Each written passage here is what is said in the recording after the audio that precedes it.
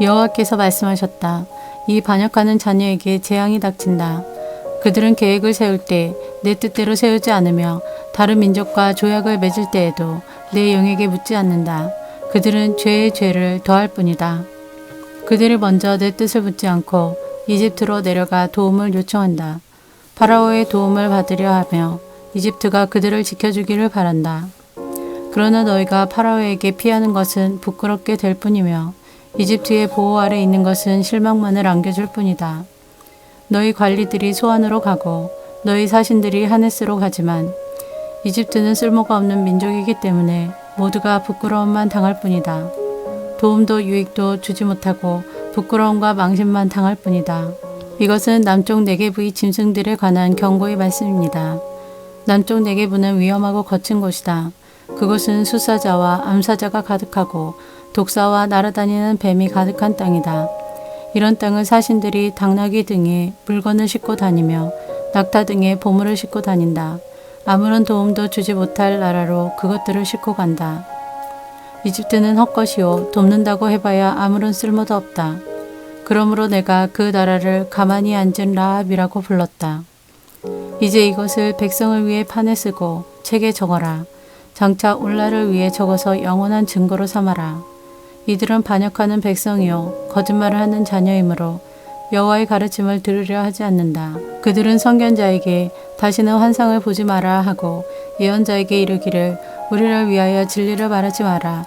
듣기에 좋은 말만 하고 달콤한 말만 하여라. 우리의 길을 막지 말고 길을 비켜주어라. 우리 앞에서 더 이상 이스라엘의 거룩하신 분에 관한 이야기를 하지 말라고 한다. 그러므로 이스라엘의 거룩하신 분이 이렇게 말씀하셨다. 너희가 이 말씀을 업신 여기고 폭력과 거짓말만 일삼았다. 그러므로 너희는 이 죄값을 면치 못할 것이다. 너희가 높은 성벽에 금이 가는 것처럼 될 것이고 갑자기 무너져 산산조각이 날 것이다.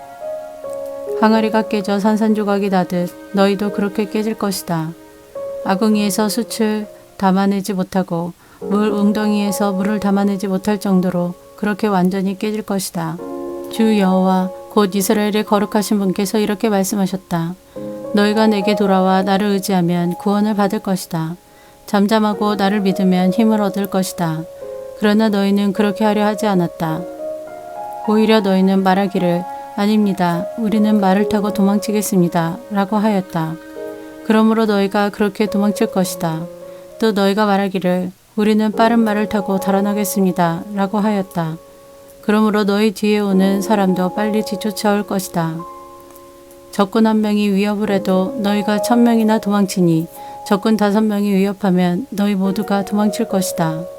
너희가 산 꼭대기의 기태처럼 언덕 위의 깃발처럼 홀로 남을 것이다. 그러나 여호와께서 너희에게 은혜 베풀기를 원하시며 너희를 위로하기를 원하신다.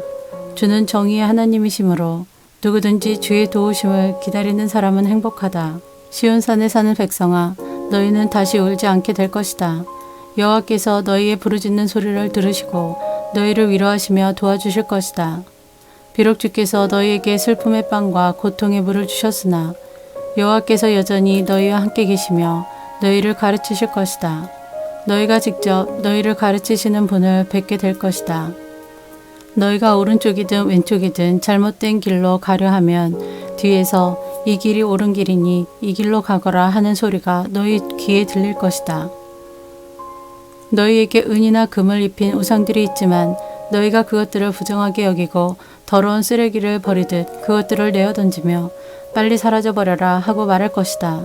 그때가 오면 여호와께서 너희에게 비를 내려주셔서 땅에 씨를 심으면 그 땅에서 많은 작물을 거두게 될 것이다. 그날이 오면 가축에게 먹일 것도 많을 것이며 양떼가 풀을 뜯을 목장도 넓어질 것이다. 밭가는 소와 나귀도 삭과 갈퀴로 까부른 사료를 마음껏 먹을 것이다. 수많은 적들이 죽임을 당하고 망대들이 무너지는 날에 모든 높이 솟은 산과 언덕 아래로 시냇물이 흐를 것이다. 여호와께서 자기 백성의 상처를 싸매어 주시고 주께서 백성들을 치셔서 생긴 상처를 고치시는 날에 달빛은 햇빛처럼 밝아질 것이다. 그리고 햇빛은 지금보다 7배나 밝아져서 마치 7개의 태양을 한데 모은 것만큼 밝아질 것이다. 보아라, 여호와께서 친히 먼 곳에서부터 가까이 오신다. 여호와의 진노가 불처럼 타오르며 짙은 연기 기둥처럼 치솟는다. 여호와의 입술은 진노로 가득하고 그의 혀는 삼키는 불과 같다. 여호와의 숨은 넘쳐 흐르는 강물 같아서 목까지 차오른다. 주께서 멸망의 채로 민족들을 체질하여 멸망의 길로 이끄는 재갈을 그들의 입에 물리실 것이다. 너희는 명절의 전날 밤처럼 기쁜 노래를 부를 것이다.